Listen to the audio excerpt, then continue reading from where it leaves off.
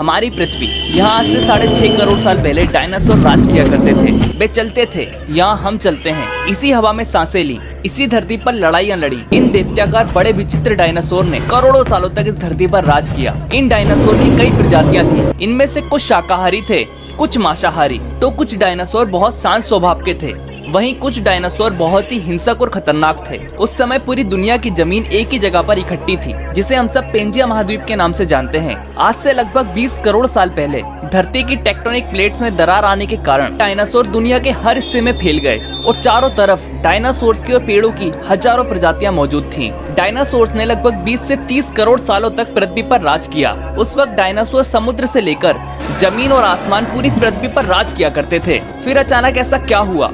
आखिर वो कौन सी घटना थी जिसने इनका नामो निशान मिटा दिया? इसे जानने के लिए हमें करोड़ों साल पीछे जाना होगा और डायनासोर के उस अंतिम दिन को करीब से देखना होगा।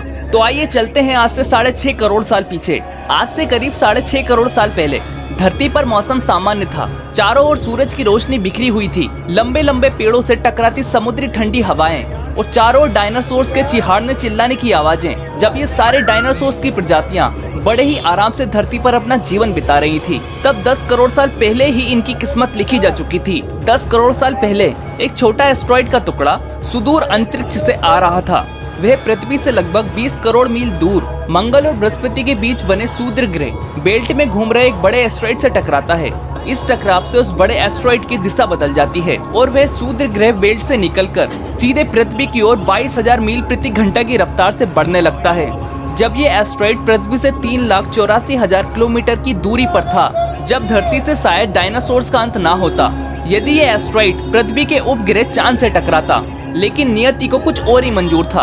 आज से लगभग 6.5 करोड़ साल पहले आज के माउंट एवरेस्ट से भी बड़ा, लगभग 4.5 लाख किलोमीटर जितना वजनी उल्कापिंड लगभग 80,000 किलोमीटर प्रति घंटा की स्पीड से पृथ्वी की तरफ आ रहा था। पृथ्वी के वायुमंडल में घुसते ही घर्षण की वजह से एक भयंकर आग के गोले में बदल गया।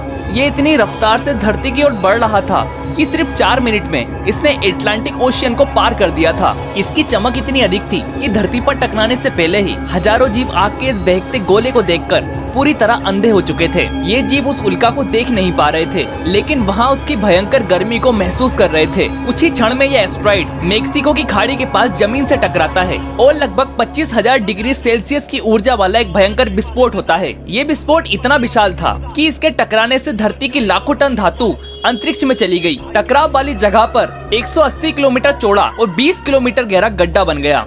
विस्फोट के कारण गड्ढे से सारा मेटल और पत्थर आसमान में धूल के बड़े बादल में बदल गए। 16 मिनट 40 सेकंड बाद जमीनी टकराव की वजह से धरती के चारों ओर 11.1 की तीव्रता की भूकंपीय तरंगें उठने लगी। इस वजह से समुद्र में विशालकाय लहरों का निर्माण हुआ और एक के बाद एक सुनामी की लहरें चारों तरफ बढ़ने लगी। भूकंपीय तरंगों ने सभी सक्रिय ज्वालामुखियों को दहका दिया, जिसके कारण जगह जगह डायनासोर्स का विनाश शुरू हो गया। धरती के महाविनाश की प्रक्रिया आरंभ हो चुकी थी। इस भयंकर विस्फोट में रेडिएशन की मात्रा इतनी बढ़ गई कि इसके 800 किलोमीटर के दायरे में आने वाले सभी जीव जलकर पूरी तरह राख के ढेर में बदल गए। इस महाविनाश में उड़ने वाले डायनासोर्स इन जमीनी खतरों से तो बच गए, लेकिन ये तो महाप्रलय की बस शुरुआत मात्र थी। विस्फोट की वजह से जो लाखों टन मेटल, पत्थर और धूल अंतरिक्ष में गया था, वह ग्रेविटेशनल पुल के कारण ठीक 40 मिनट बाद आग के गोले के रूप में पूरी धरती पर बरसने लगे। साथ ही धूल का एक बहुत बड़ा तूफान 6,000 किलोमीटर प्रति घंटा की रफ्तार से पृथ्वी के दूसरी तरफ मौत लेकर आ रहा था। ये धूल के बादल कई किलोमीटर मोटे थे, जिसकी वजह से धरती पर सूरज की रोशनी का पहुंच पाना असंभव हो गया। गर्म हवाओं का तापमान 100 डिग्री सेल्सियस से ज्यादा हो जाने के कारण धरती पर पेड़ पौधों की लगभग सारी आबादी जलकर खाक हो गई। विस्फोट के 90 मिनट बाद धरती का तापमान 200 डिग्री सेल्सियस तक बढ़ गया। इसकी वजह से जो डायनासोर विस्फोट के इलाके से कोसों दूर थे, वे भी इस गर्मी से बच नहीं पाए। इस महाप्रलय में धरती की कुल 90% प्रजाति पूरी तरह खत्म हो गई थी और जो 10% जीव धरती पर बच पाए थे, उनमें से भी सिर्फ वही जिंदा रह सके जिनका वजन 30 किलो से कम था। इसका कारण था कि इस महाप्रलय में लाखों की संख्या में जीव मारे जा चुके थे और पेड़ पौधों की सारी आबादी जलकर राख हो चुकी थी, जिसके चलते यहाँ जो बड़े और विशालकाय जीव जीवित बच गए थे, उन्हें भरपूर मात्रा में खाना पीना ना मिल सका और विस्फोट की वजह से हानिकारक गैसों की मात्रा पृथ्वी पर बढ़ने के कारण एसिड की वर्षा शुरू हो गई और एसिड रेन की वजह से पृथ्वी का तापमान घटने लगा और तापमान इतना घटा कि पृथ्वी के ऊपर स्थित पानी बर्फ में परिवर्तित होने लगा। पृथ्वी पर भयंकर आइस एज आया।